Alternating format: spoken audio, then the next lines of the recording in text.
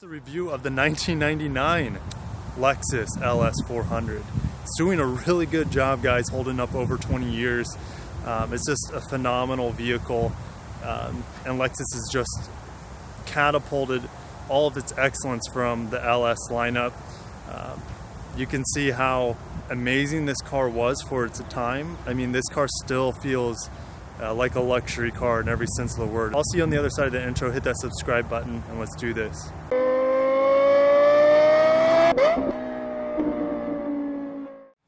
So here it is. Here's the 99 LS400. In 97, they updated the front fascia here. It looks a little bit different than the previous 96, for example. These wheels haven't changed a whole lot. You can see these in older models as well. They've held up pretty well over the years, however, considering this car's 20 years old. But it's very, very retro. I like it. You don't see wheels like this anymore. This aluminum alloy. Let's get on the other side. The sun is probably blinding you guys. You can come around. Now this car actually has a chip guard on it. So you can see here, it's holding up well. It probably needs to be replaced. I'm sure the new owner will replace it. But this paint is also holding up very well. Yeah, this looks better. You can see the blue paint. Now, it needs to be buffed, as you can see as I walk along the car. You can see all those swirls and grooves in the paint. But that'll be buffed out, and the paint's really held up pretty darn well, in my opinion, over the last 20 years. This car, I mean, it looks, by today's standards, this is like a sleeper car. That's what I would call it. I mean, you got this almost 300 horsepower under the hood, and this car will boogie from a stop. If you're trying to do some acceleration runs while you're already up to a little bit of speed, it takes its sweet time downshifting. But overall, this car is phenomenal for the price, the year. I mean, this one's only got 142,000 miles, I believe. And I love the taillights. I think the taillights are probably the coolest part of the design, in my opinion. It's just held up very, very well. No, it's a little blocky, very retro, but I love it. I think that's the best looking part of this car, in my opinion. But that sums it up for the little walk around. Let's go ahead and get on the inside of the car. Underneath the hood, in 97, they updated this car with the higher output 1UZ FE. They added variable valve timing to it and got another 30 horsepower out of it. And they also added another gear, so you have a 5-speed transmission on here. Not a lot to see, but it's cool. I love the 1UZ. It has a huge following. They put it in a ton of vehicles. It's an extraordinarily reliable engine, and it looks really good in this car, and it feels amazing in this car as well. The only thing holding this motor back, in my opinion, is kind of the sluggish transmission, but it is very, very smooth. On the inside of this beautiful LS430, we have, it's not quite minus 22 Fahrenheit, guys. That's the first thing I noticed. It's about 40 degrees Fahrenheit. So that's hilarious. I like how simple these controls are. Very old school. Buttons are huge. And everything's very straightforward. AC, let's not turn that on because, like I said, it's 40 degrees out here, Fahrenheit. Radio still works, which I hear in these cars, these radios are prone to go out, which is perfectly fine, because I would just take all of this out and replace it with something nice, but you lose a little bit of the nostalgia and originality of this car. I love the wood grain here. It's held up phenomenally over the past 20 years. This is a little XM radio attachment that the previous owner had on here, and it had been in their family. So this is my trade-in, a little 12-volt / cigarette lighter here. This has been in their family for a long time. And it's just a phenomenal vehicle. You can see here the wood on the shifter is being held down by tape. So this car in the past 10 years or so had been in southern climates such as Houston and LA. So it could have been the sun just, getting to this, or just the elements as well here in the Midwest, because it's been through a few winters here in the Midwest with for example, it was over 90 degrees yesterday here in Omaha, and this morning it was 40. So you can have 50-degree changes in one day, and that wreaks havoc on cars.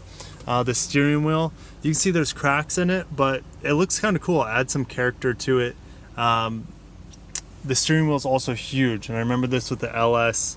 430 is the steering wheels are enormous. We have our cruise control here, very similar. I mean, they really haven't changed it a whole lot in about 20 years. Now in your modern ES and LS, they're actually onto the steering wheel, and it looks fantastic. Your headlights are going to be here, of course. Like I said, guys, I'm only 146,000 miles. I love this old school setup here. It's very reminiscent of my Toyota Avalon. There are your gas cap, hood on the door here. Oh, let's just listen to that close again. These doors are very heavy, but they sound pretty solid. Now we do have some rattles in this door that have developed, but what are you gonna do? It's 20 years old. So this wood here is done really well. Ooh, all auto. So that's fantastic for a car of this age. You have memory seats and then an adjustable seat belt, which is still working. Look at that. Look at that.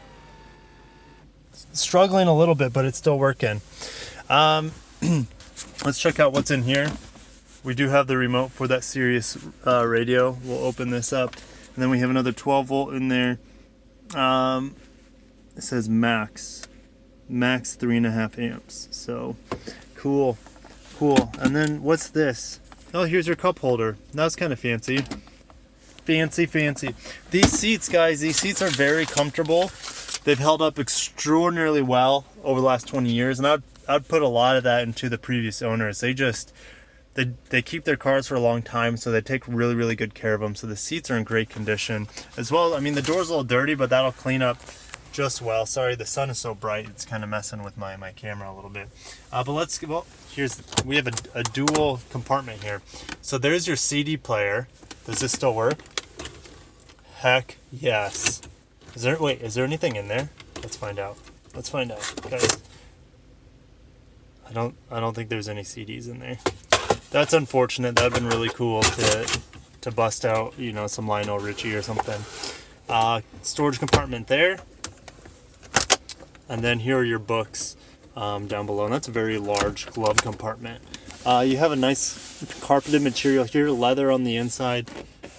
Soft touch up here-ish. But let's go ahead and get in the back. Getting into the back. Seats are extraordinarily comfortable. Nice little ashtray here. Hey, gosh, look at that. You have a 12 volt here on the door. Don't know if I've seen that before. That is awesome. Automatic window back here, like I mentioned. Again, this leather on the door is really in great condition. Nice mat pocket. Of course, you have your vents back here. Ooh, we have light, and then this would be another light here, probably for the door. And look how huge this handle is. That's incredible. We have another light back here. What the heck? I forgot to mention there's the sunroof. So you have that as well, of course. And yeah, this back seat's very comfortable. Let's fold this down. Here's going to be your cup holders, which are still working. Very plain, but this armrest is super comfortable.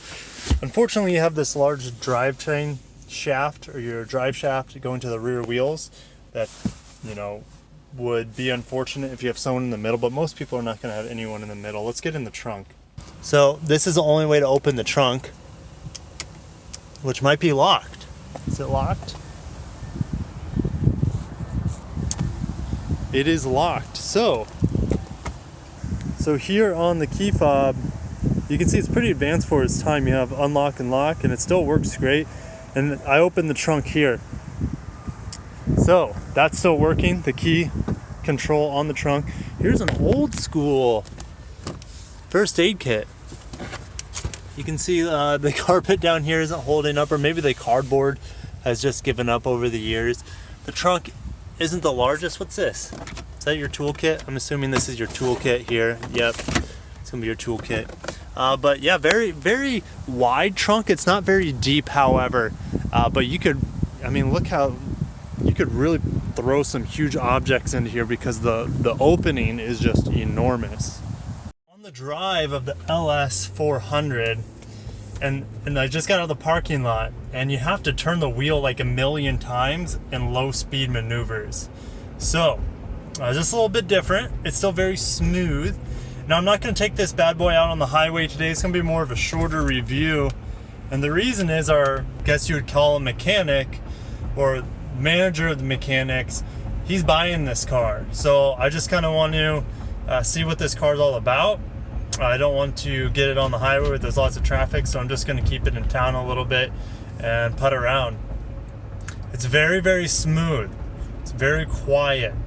It's not quite as quiet as a modern Lexus, but they do a pretty good job.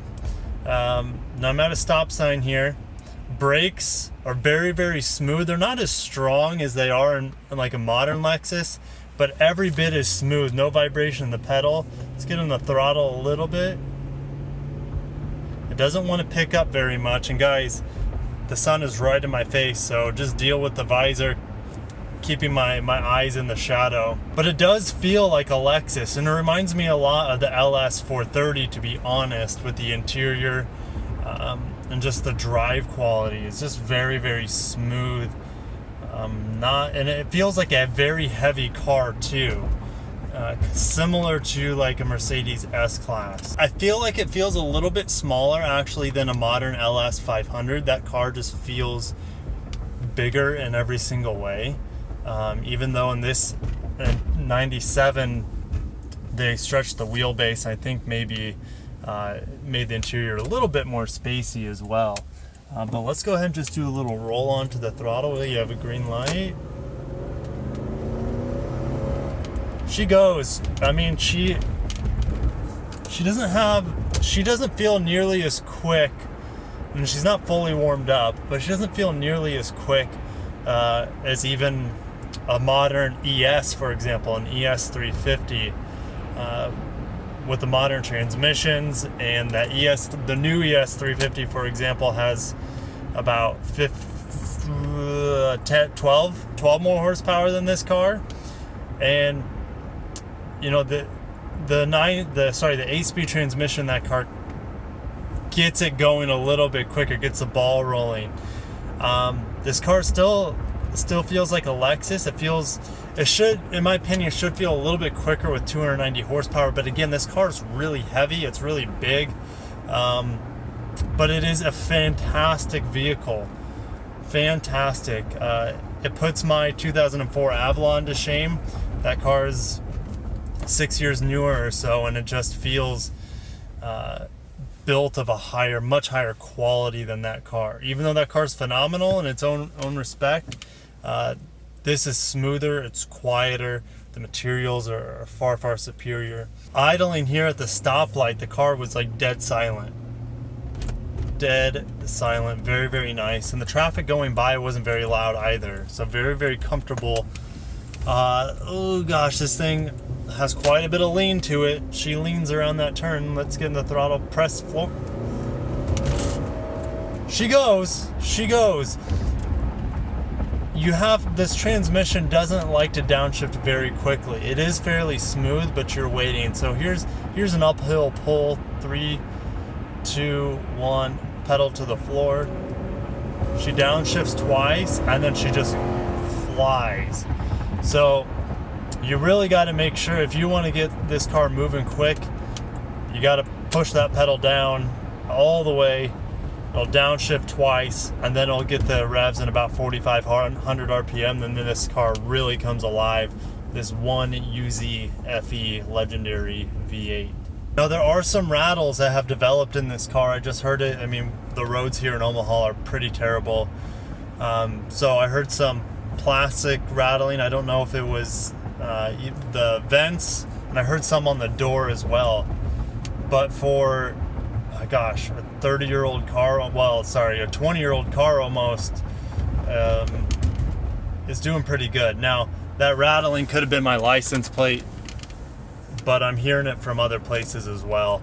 So let's get into a little bit of acceleration here. No one's in front of me. Oh, this car just wallows in the turns. There goes my license plate. It goes. It's far more power than you would ever need, right? But compared to a modern Lexus, it doesn't have the same sense of pickup, or I mean, that I always think of a modern Lexus, right? Because that's what I drive the vast majority of the time, and those transmissions downshift really, really quick and snappy. and most of the time they're pretty smooth. This one's very, very smooth. It's just really slow on the downshift. Now, the LS430, for example, downshifts a little bit quicker than this car. That car also feels a pinch faster, and it is a little bit faster than this car, but it's it feels very similar to that car.